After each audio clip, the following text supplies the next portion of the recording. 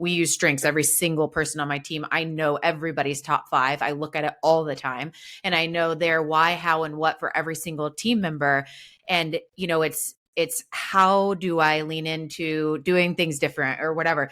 I mean, I'm just using who I am. Like, it's not like I read a book and I mean, yes, I read books all the time to sharpen, but it's in this place of like, finally, someone appreciates who I am. And for a long time, people in different, it wasn't like, I don't know, it wasn't like they were proactively like, we don't like her, but there's a place and a seat for everyone. And there's many options for it where you thrive. You're just in the right spot. And I get to be innovative and I get to be creative and I get to contribute to a cause that is what I live for and have since the day that I got that first job. It's never changed. Hey everyone, it's Amy Lynn Durham, and you're listening to Create Magic at Work. Create Magic at Work is on a mission to equip senior leaders with tools they need to be a true quantum leader and actually understand what that means. Improve employee engagement, retain top talent, and transform your workplace culture to have less drama and stress. So let's start making magic.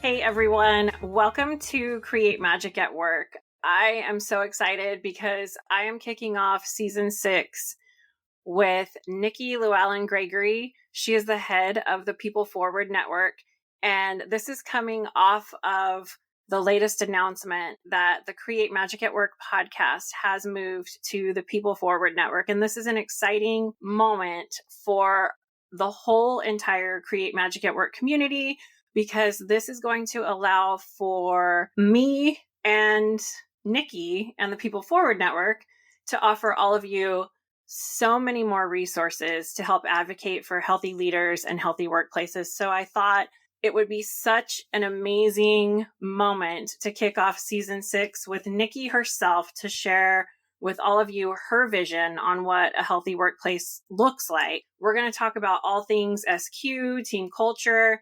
So buckle up, turn up the volume, and you don't want to miss this interview today. Let me tell you before we get into it a little bit more about Nikki.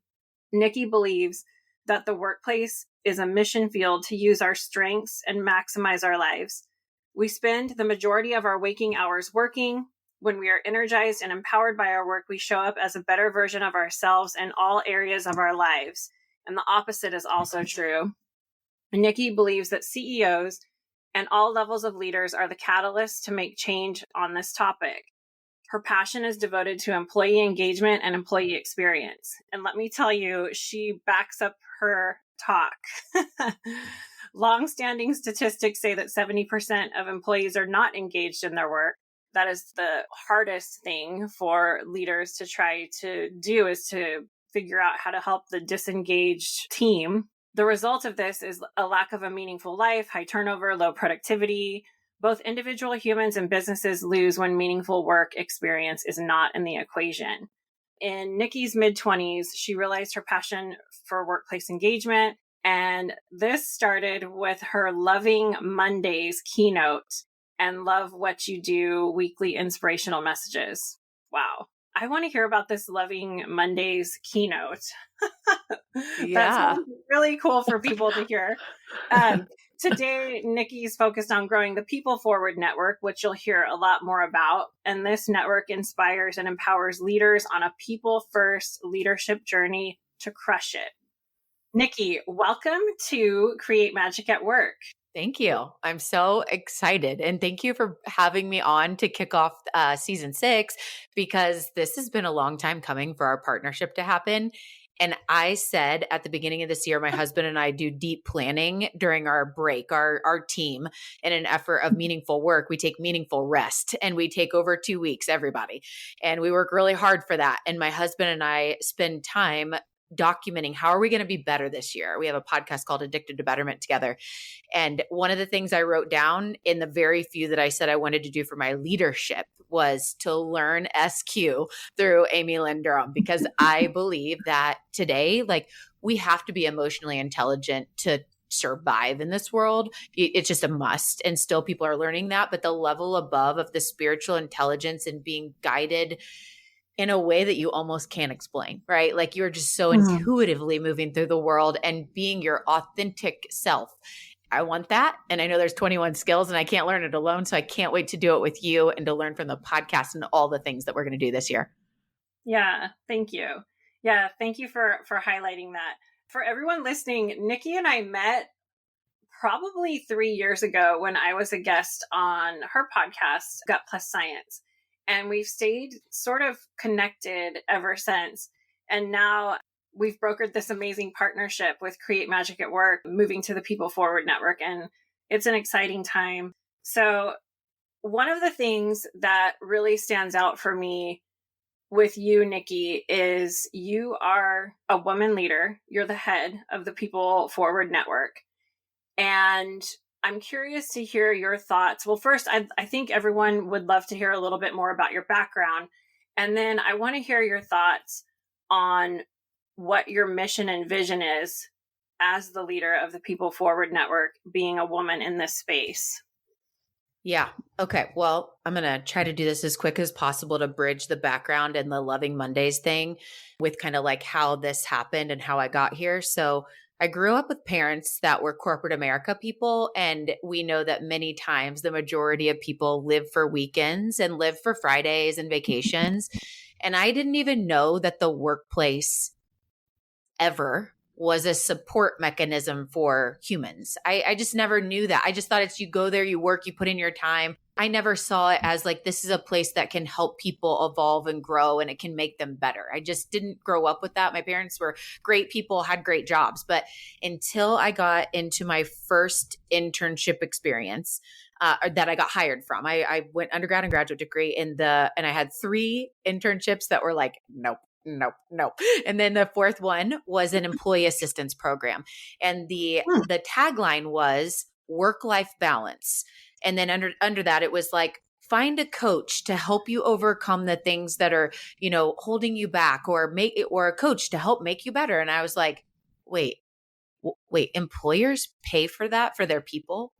And it was the first time that I even knew that there was a space for like products and services that make workplaces better. And I've never left. I did not go to school for that. I did not go to school for what I then continued to do. It just so happened that the person that owned the company that hired me saw things in me that I didn't even know. I had no idea what a DISC assessment was. I had no idea what a Myers-Briggs was. But she quickly did that. And she goes, "You're the salesperson I've always been looking for." Well, I got a master's degree in mental health. And then she's like, "You're a great salesperson." I'm like, wait, what? And all I'm thinking is like car sales or something. I didn't know any different. But it set me up to be in my sweet spot of being able to really epicenter for me is when I can do business through relationships with people and grow or affect the cause that something needs, right? So in sales, it was there's goals. This is kind of like a game. And we're going to do this through relationships and we're going to find problems and solutions and we make money from this. I'm like, whoa. And so I've never gone back on 2 things. I've never stopped living in the world of sales because I love it so much. And I love to teach people that. But I've also never left impacting meaningful work. It's been that since my first job and I'll never leave, but it's only grown richer since then. And then 6.5 years ago, I had never even listened to a podcast, I don't think. And I was working with a tech company. And the purpose of the tech company was, I had some friends that owned the place and they said, "Hey, Nikki, I think you could help us grow our average client contract value. We need to do this in another way. Right now we're like banging phones and buying leads. Could you come in and build a partner program?" And we built this partner program and we used a podcast to be able to tell stories with our ideal client. And it worked so well. And we've never stopped. And so that's just a little cliff notes, but absolutely love meaningful work and absolutely love helping businesses grow. Yeah, one of the things that stands out to me from you is the amazing way that you highlight sales as a positive thing and how you combine it with meaningful work. Because often a lot of us that have worked in hardcore sales environments, they are a huge recipe for burnout. I mean, that constant grind of every month you've got to hit your quota. We've got to answer to shareholders if it's a publicly traded company. All of these things can really weigh on someone, the pressure of those monthly goals. And then often in those environments, you hit your goal and you often get rewarded with the next month, the goal being raised 20%, 50%, 20% higher. So your ability to bring this win-win vibe is really commendable, and showing that people can have meaningful work and actually do sales for the greater good, which is a phenomenal thing. So I want to highlight that. And one of the things that in a past episode, I was talking to Jenny Mitchell, and she wrote a book called Embracing Ambition. And we were talking about the main part of her work was helping women move from the number 2 spot to the number 1 spot. And what does that mean once you get there? And one of the things that I see with you is you have moved to the number 1 spot, and you are not doing things the way that they've been done before. I'm just curious where that comes from, because literally today, I just saw on LinkedIn that you're giving all of your employees the day off for Employee Appreciation Day. And I can be sarcastic a little bit, but I was laughing to myself like, oh, she's not giving them a pizza party. So where does that come from? And I'm obviously joking, but where does that come from, where you're just like, I'm going to do it my way, and I'm not going to do it the way other people think I should be doing it, or the way the system's done it before?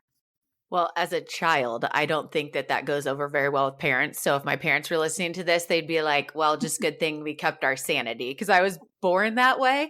So one of the things that a tool that I have recently found in the past couple of years that I think bridges the how do you do sales in a healthy way that feeds you, and then also this better way thing.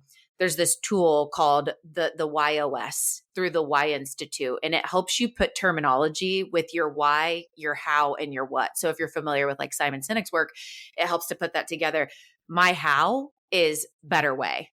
My what is challenge.